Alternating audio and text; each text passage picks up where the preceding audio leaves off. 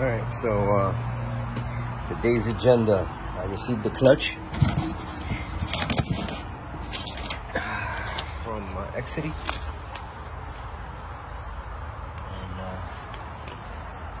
And I'm gonna go ahead and get this going. Alright, so we got this thing jacked up.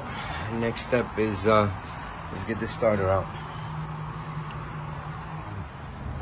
We got the starter bolt out right there. And then now, let's connect the spring for the slave reservoir. And I'm gonna go ahead and then remove the 17mm bolt to get this completely off of here. Right, so Junior showed up to give me a hand.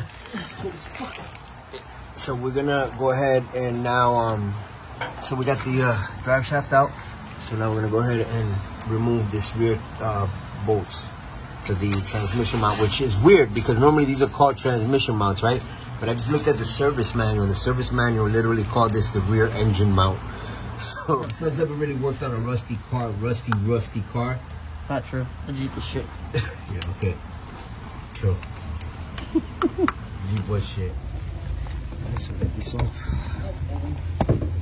This up here. This.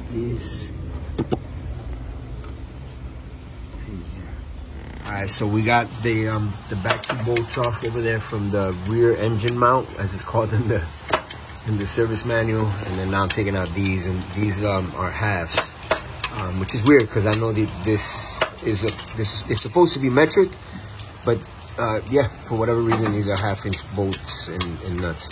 Alright, so we got the transmission is technically out. However, I'm having a hard time getting it through because of the exhaust. So let's see. I'm gonna keep wiggling this thing out. Hopefully, I'll be able to get it out. The bearing's out, and the clutch is about to come on. Just gotta take these two bolts out. So let's get these out, and then let's see what's going on under here. All right, and so here's the clutch, which is actually in pretty good shape. But it is definitely frozen to the flywheel there. So let's get that out. All right, so just took out the bearing, the original one. About to put the new one on there. Did that with a, what size is this? A 1-inch socket. Did wonders. I did rent this.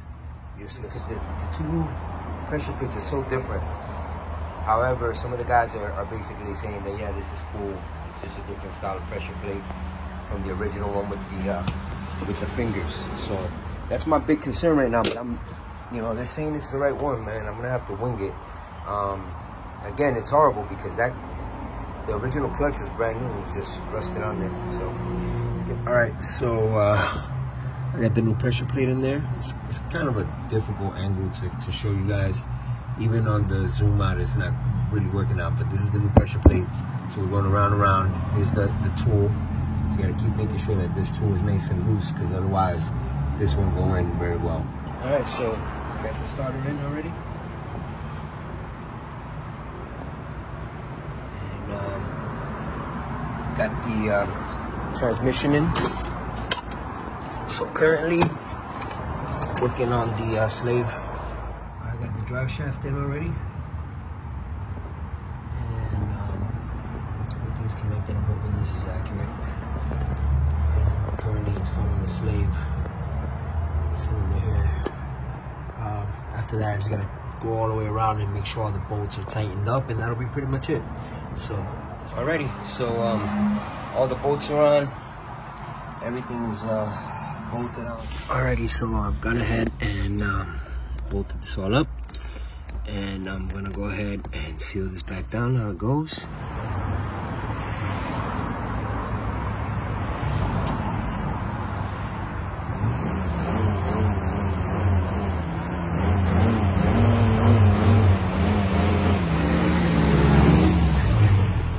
Go. She's running. Clutch is in. Wasn't as bad as I thought it would be. A couple decades since I installed the clutch, but that went well.